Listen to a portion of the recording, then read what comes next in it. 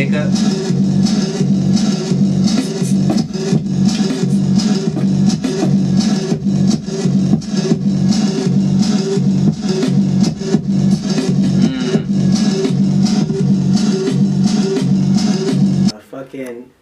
So yeah, so the whole Brown Bag Bangers is influenced directly from the type of shows and shit that we play a lot, kind of out here in LA and in the IE and stuff like that. Like, just the ones that are not necessarily at a venue, but like outside, like a Love Supreme, like fucking Burgers and Beats or something like that, or like play a show at Pooh.